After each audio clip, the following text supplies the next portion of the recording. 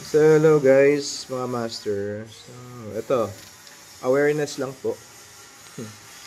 Kasi may gagawin sana akong empire. Tapos bumili ako ng mga power supply. Ayan, kasi may isang area na prospect area. Gawa sana ng empire. So, bumili ako ng mga materials and all.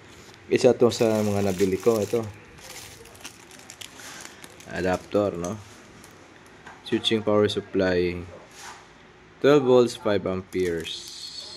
So nung dumating ngayon ay parang ang gaan, parang ang bigat niya lang is yung casing, parang walang laman. Kaya nagtaka ako, parang kwan, duda ako sa ganito. Ngayon pang empire sana to, pang build ng empire. Nung binuksan ko, ito yung laman. Pugay kamay. Scam. Okay. Wala pa siguro tong 1 ampere to. Okay. Titingnan nyo. Yan siya. Oh. Tapos, yung usual na ginagamit ko sa mga benta, ito yung legit, diba? So, kahit na generic to, at least, diba, yung mga parts is legit. Ayan. Wala yung transformer, naka-heatsink yung component dito. Tapos yung mga filters natin, malaki. At least, diba? Itong model na to, matagal ko na itong ginagamit. Playmaster. Count din to, 12 volts 5 amperes. Matagal ko nang gamit to. Sa mga empires ko, ayun. Nagkataon na nagkaubusan ng ganito. Walang stock yung shop dito sa amin. Kaya nag-order ako online. Kasi urgent nga. Ito pa, may mga kwan pa ako. LED plate. Kaya bumili ako sa online. Ayan. Nalinlang ako ng packaging. Tingnan mo, ang ganda sana. Kasi meron ako nabili dati, nung unang-unang mga piso wifi pa. Ganito yung mga packaging ng unang adapter or power supply. Ganito. Tapos mabigat siya.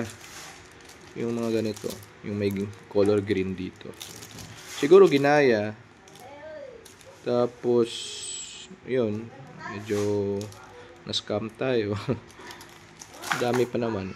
Siguro mga ilan to? 5, 11. Ayan. Yung inopen ko, kaya nagduda ako kasi ang gaan. Etong laman, ang master. Kung itatabi natin sa usual na ginagamit ko. Sa transformer ba, ang liit eh. Oh. Ito, ang laki. Ang laki. Sa mga components, parang basic lang talaga. Parang project lang ng bata to. Scam tayo mga master. Ayan. Ewan ko lang. Tapos, dito, yung diode dito, 4 eh. Ayan o, nakikita nyo dyan. 4. Yung bridge. Ito, half wave eh. Isa lang yung diode eh.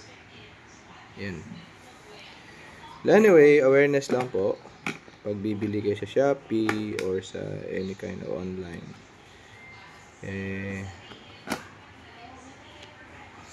Mahirap, 'di ba?